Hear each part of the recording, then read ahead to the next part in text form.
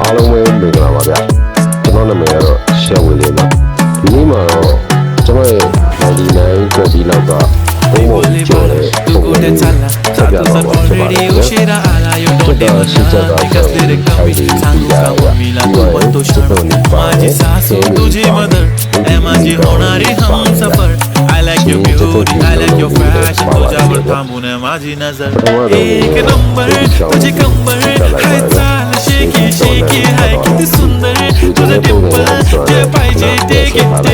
एक नंबर तुझी कंबर हाय चाल शेकी शेकी हाय किती सुंदर तुझं डिंपल जे पाहिजे ते घेတားမှာတော့ကျွန်တော်စားချင်တဲ့နေရာကိုနေထားတယ်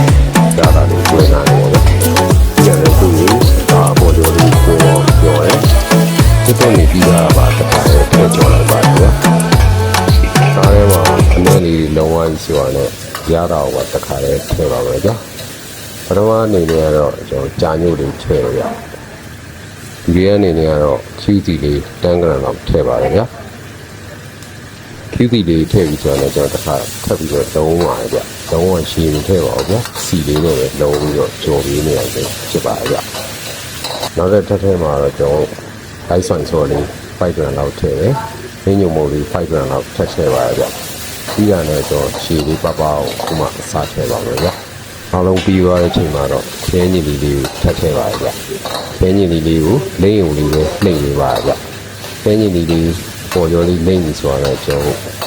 စစ်တုံမိတ်လေးပြုံးနေတယ်လေးအပေါ်ကနေအုပ်လိုက်ပါရဗျာကြာမင်းမစလာပါပါလေးနဲ့အုပ်ပါသေးတယ်ဗျ